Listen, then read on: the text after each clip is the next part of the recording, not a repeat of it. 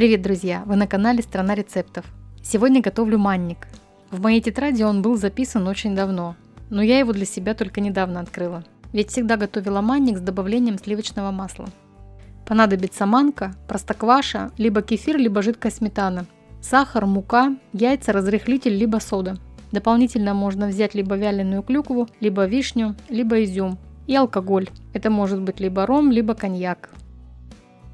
Первым делом манку заливаю простоквашей, хорошо перемешиваю и убираю минут на 30 для того, чтобы манка набухла.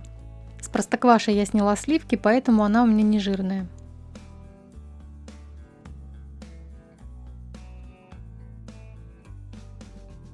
Миску затягиваю пленкой и пока убираю. Далее вяленую вишню хорошо промыла и заливаю коньяком. И также убираю минут на 30. Прошло 30 минут, приступаю к приготовлению теста. В глубокой миске смешиваю яйца с сахаром, слегка взбиваю их венчиком. Посмотрите, как хорошо разбухла манка. Масса практически однородная, мягкая и воздушная. Манку отправляю в яичную массу. Хорошо перемешиваю все до однородности.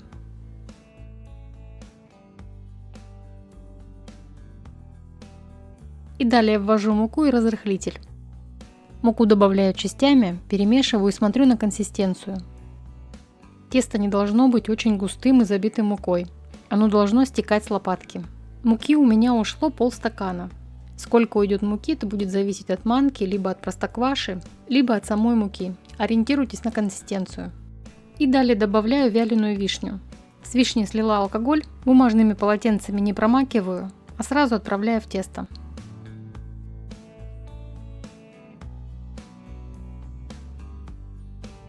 Форму смазываю сливочным маслом.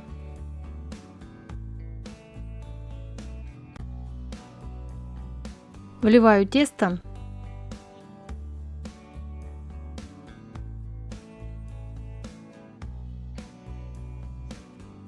И лопаткой распределяю более-менее равномерно ягоды. И отправляю выпекать в разогретую духовку до 180 градусов.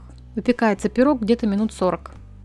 Манник готов, остужаю его на решетке и нарезаю порционно. По сравнению с другим рецептом, в котором присутствует сливочное масло, этот манник получается более плотный и так сильно не поднимается. Но тем не менее он получается очень вкусный, нежирный, сочный и нежный. Ну и конечно же, если добавить какие-то вяленые ягоды либо орехи, манник получается шикарный. Так что такой рецепт вполне имеет право на существование.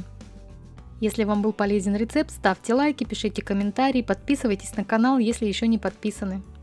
А я вам желаю приятного аппетита и до новых рецептов, друзья!